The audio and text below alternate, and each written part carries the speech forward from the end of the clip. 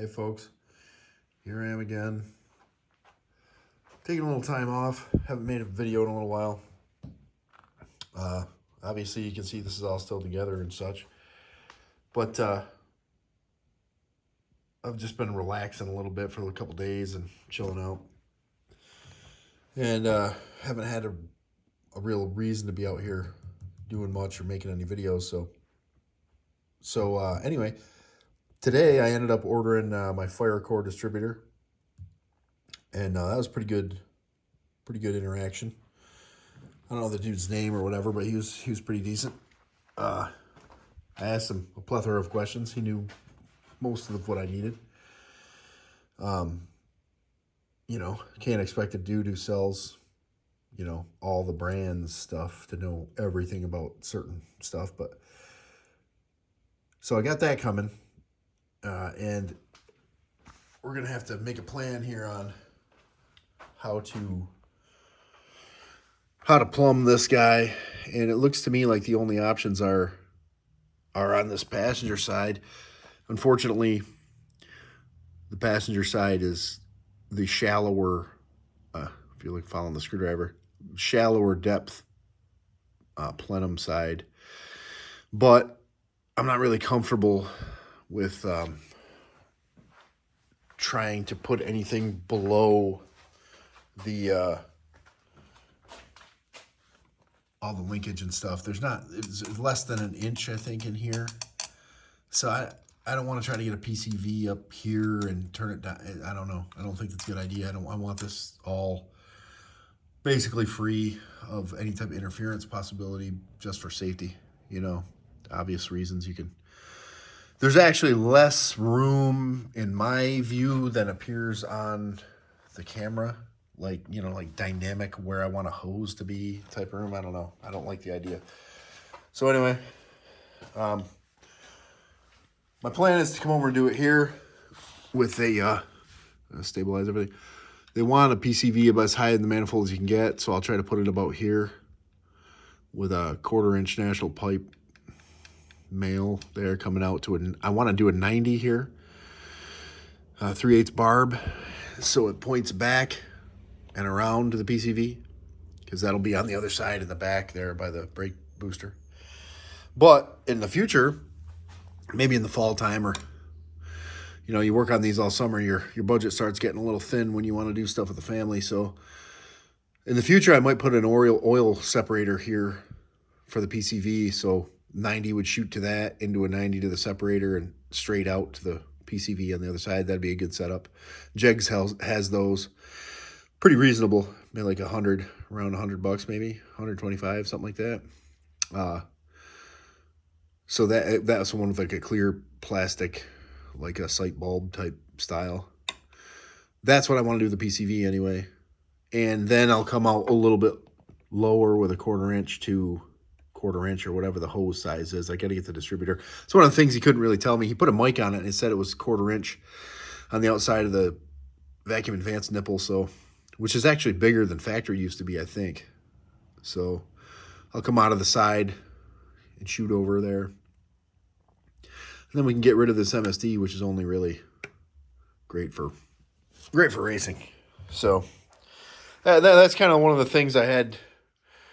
I found it odd, really, talking to the guy from the firecore guy, because he said he has a GTX or something with a 6-pack, and he said he just locks his out at 35 or something, and that's great. But I mean, I don't know. He never specified if it was a race car or a street car.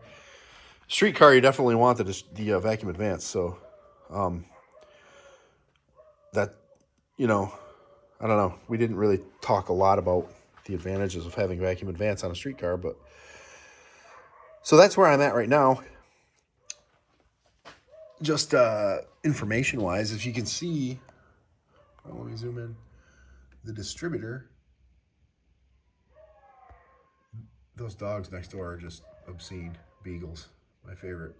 The little tick mark in the cast iron block is the indicator, but right where it's at now is about 24 degrees initial. And you got the line to the driver's side this way. That is about 31. So that just goes to show you visually, if you're ever wondering, how finite, my neighbor's out there yelling to the dogs, how finite your advance is, if it's just a few degrees and a little bit of a turn there.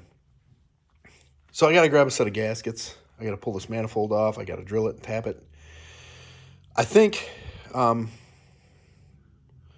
we're going to, I had the conversation with Emmy Wagner about the PCV system they have, that really nice valve.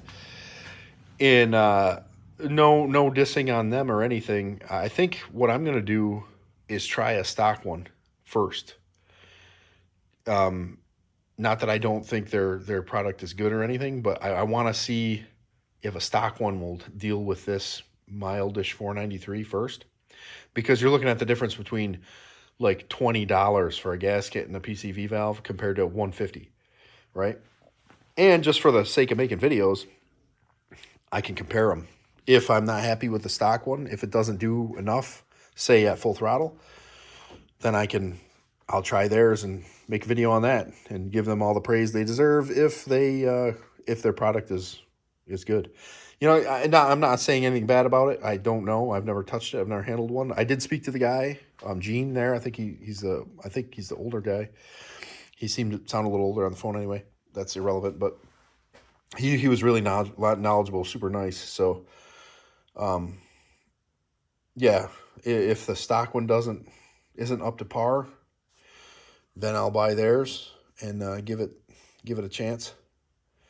But I've also seen some people who are pretty reputable on the Mopar boards commenting on how he was answering to somebody who's saying that a PCV valve wouldn't work without like 12 inches of vacuum or more. And this guy, I kind of know who he is throughout the years. He said he runs a Mopar 557 lift cam, which is, I know it's got a fairly big duration. He said his runs with a stock PCV fine.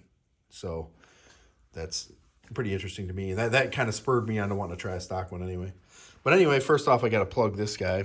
And to get a freeze plug to drive in there, 1.25 inches.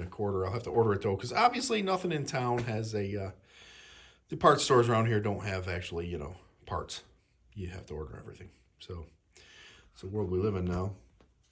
But anyway, I'll have to grab myself a set of thin max wedge gaskets for this, so I don't run into damaging another bolt hole, because we already talked about that. If you look back through my videos, that was a product of having too thick of a gasket, really.